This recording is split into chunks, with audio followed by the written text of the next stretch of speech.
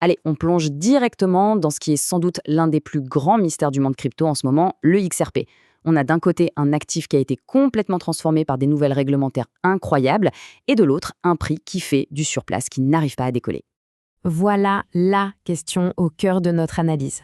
Comment est-ce possible qu'un actif remporte une victoire aussi monumentale aux États-Unis, qu'il attire des milliards dans de nouveaux produits financiers, et que malgré tout ça, sa performance sur l'année soit négative? C'est ce grand écart, ce paradoxe qu'on va décortiquer ensemble. Et voilà le chiffre qui fait mal, le chiffre qui met vraiment le doigt sur le problème. À l'heure actuelle, en mars 2026, avec toutes ces avancées positives, le prix du XRP a tout de même chuté de plus de 5% sur un an. Ce chiffre, c'est notre point de départ pour comprendre cette bataille entre des forces qui tirent le XRP dans des directions totalement opposées. Bon, commençons par le côté positif, l'argument des bulls, parce qu'il faut le dire, il est extrêmement solide. On parle ici d'événements qui ont littéralement changé la donne pour le XRP en tant qu'actif financier, surtout aux États-Unis. Le 17 mars 2026, un tournant majeur a eu lieu. La SEC et la CFTC, les deux grands gendarmes financiers américains, ont publié une classification commune. Et c'est énorme, le XRP a été officiellement classé comme une marchandise numérique. Ça le met dans la même catégorie que le Bitcoin ou l'Ethereum. Ce qui est absolument crucial là-dedans, c'est que ça valide ce que Ripple martèle depuis des années. La valeur du XRP vient de son réseau, de son utilité, et pas des efforts de l'entreprise Ripple elle-même. C'est la fin de plusieurs années de flux juridiques. Et les conséquences de cette nouvelle clarté sont gigantesques. D'un coup, les portes s'ouvrent en grand pour les grosses institutions financières, les banques, les fonds d'investissement, qui jusqu'ici étaient frileux. Les plateformes d'échange peuvent lister le XRP sans aucune crainte. Et surtout, la voie est maintenant toute tracée pour des ETF au comptant. Ces fameux produits financiers qui permettent d'investir dans le XRP aussi facilement que d'acheter une action. Attention, petit bémol, mais il est de taille. Cette classification, pour l'instant, c'est une directive administrative. Ce n'est pas encore gravé dans le marbre d'une loi. Ça veut dire qu'une nouvelle administration pourrait, en théorie, la remettre en question. Pour que ça devienne permanent, il faut qu'une loi, la Clarity Act, soit votée par le Congrès d'ici mai 2026. Ce risque, même faible, existe et il pèse encore sur les décisions des plus gros investisseurs. Pourtant, malgré ce risque, la demande est bien là. La preuve, les ETF XRP au comptant, ceux qui détiennent physiquement du XRP, ont déjà attiré une somme colossale, 1,44 milliard de dollars. C'est bien la démonstration qu'il y a un réel appétit sur le marché pour s'exposer au XRP de manière régulée. Mais alors, qui met tout cet argent sur la table? Et là, c'est peut-être l'information la plus parlante de toutes. 84% de ces flux, eh bien, ça vient des investisseurs particuliers. Le fameux smart money, l'argent des grandes institutions, restait très majoritairement sur la touche. La clarté réglementaire a ouvert la porte, c'est vrai, mais les grands gestionnaires d'actifs, eux, sont encore sur le pas de la porte. Ils n'ont pas encore franchi le seuil. Ok, maintenant, laissons de côté la spéculation et parlons concret. Parlons utilité. L'écosystème de Ripple a déjà traité plus de 100 milliards de dollars de transactions. 100 milliards! C'est une base d'utilisation réelle, un bilan que très peu de projets blockchain peuvent se vanter d'avoir. Et l'expansion au Brésil, c'est l'exemple parfait de cette stratégie. Ripple ne fait pas que parler d'adoption, elle la met en place. Ils se sont connectés au système de paiement instantané local, le PIX, ils ont demandé la licence nécessaire pour opérer en toute légalité, et le résultat est sans appel, une explosion de 125% du volume d'échanges hebdomadaire. Ça prouve qu'il y a un vrai besoin institutionnel pour ce que le XRP peut apporter. Et un autre signal très intéressant se dessine du côté institutionnel. Une société qui gère une grosse partie de sa trésorerie en XRP veut entrer au Nasdaq. Si ça se fait, ça créerait une sorte de proxy. En gros, des entreprises qui ne peuvent pas détenir de crypto directement pourraient acheter des actions de cette société pour s'exposer indirectement au XRP. Et ça pourrait ouvrir les vannes à une toute nouvelle vague de capitaux.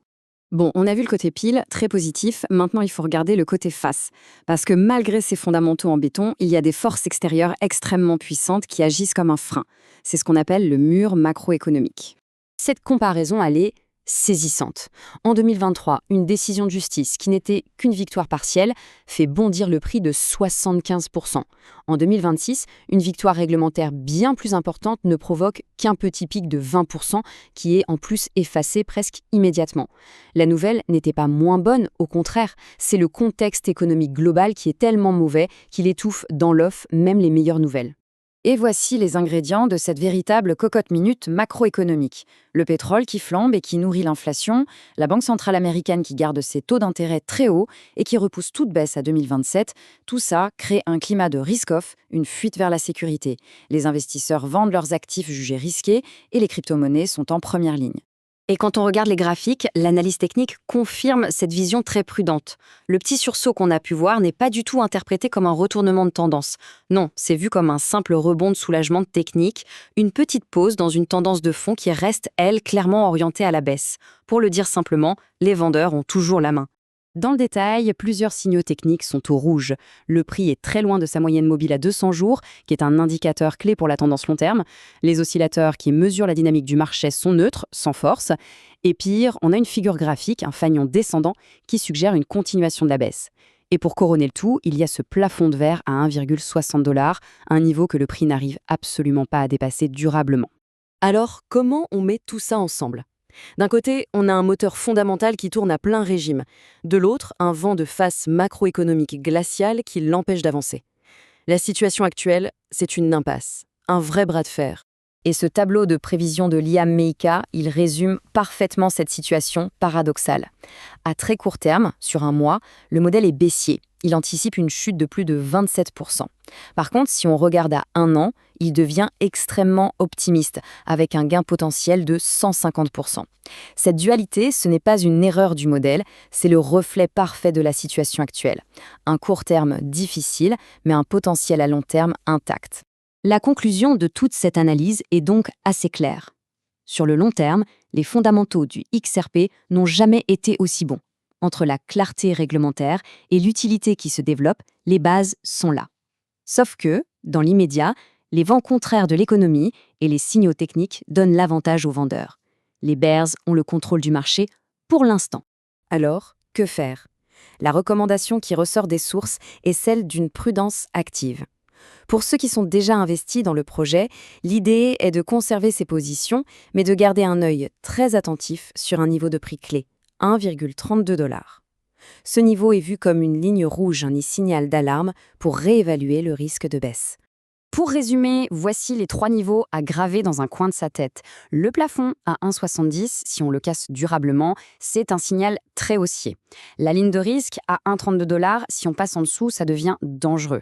Et enfin, la cible de rupture à 1,22, qui signerait une capitulation des acheteurs et ouvrirait la voie à une baisse plus profonde.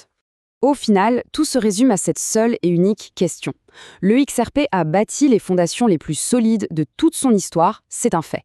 Mais la grande inconnue, c'est de savoir si ces fondations sont assez solides pour résister à la tempête économique qui fait rage. Est-ce que le projet sortira de cette période plus fort que jamais, ou est-ce que le mur macroéconomique sera trop haut ? Ça, seul l'avenir nous le dira.